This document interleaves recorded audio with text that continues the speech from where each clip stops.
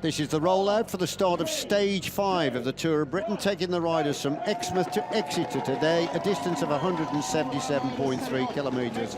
Wearing that yellow jersey as the overall leader, Michael Kwiatkowski on the Omega Pharma Quick Step team. And he, of course, has got that scant advantage of 3 seconds ahead of Edoardo Zardini.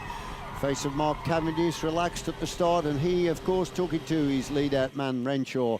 But the crowds are out in force again to support the Tour, and ahead of them, a very hard stage today with 3 climbs, and of course the key climb would be the ascent of Haytor, which was the pivotal point on that stage last year when Simon Yates scorched his way to the top to take the stage and secure the 3rd place overall in the race.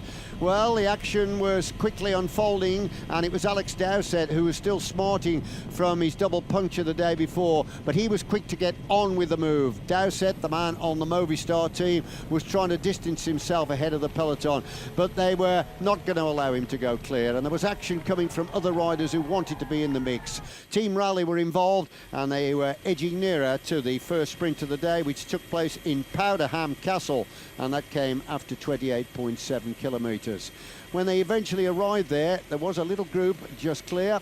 3 riders went away before the final break formed, and that contained the leader on the Yodel Direct Sprint Jersey competition, Sebastian Lander, in the middle here of this trio, who were trying to give the rest of the field a slip.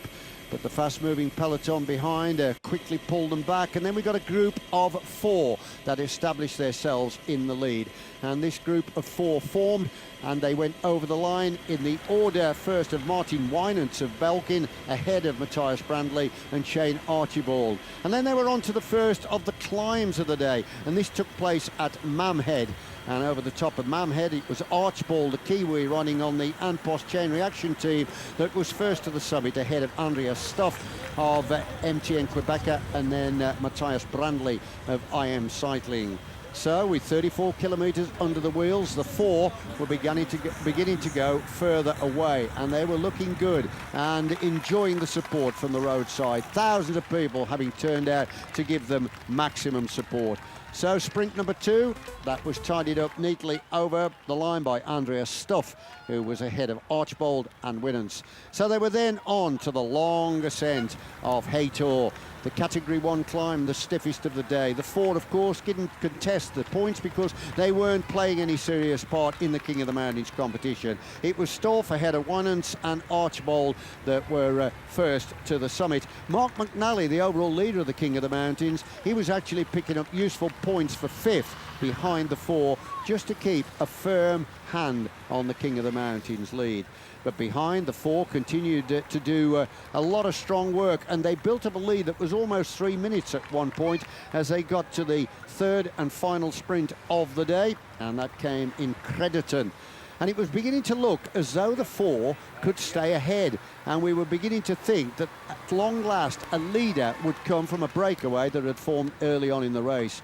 But then, of course, the chase began to develop from behind as they got onto the concluding climb. This climb within 5 kilometres of the finish, and it was a brilliant effort by the strong Austrian Matthias Brandley that decided to try and distance himself from the rest of his breakaway companions. There was a reaction at the head of the main peloton from Nicholas Roach. Roach was going to try and chase down Brandley, but Brandley got to the summit of the climb with just over 30 seconds advantage and set himself fair for the fast descent over 2.5 kilometres for the stage victory. Behind, there was a lot of action going on, and still stubbornly enveloped between Brandley and the head of the peloton was Martin Wynants and Shane Archibald, the other 2 from the group.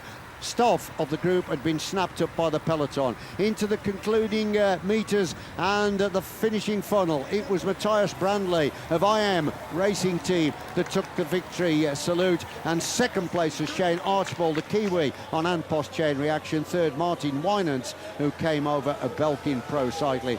Terrific sprint from behind, and just at the head of the peloton was the yellow jersey of Kwiatkowski, which meant he would retain his lead. No change after that stage. Kwiatkowski still the leader, 3 seconds ahead of Zardini, with Tuns 14 seconds behind 3rd.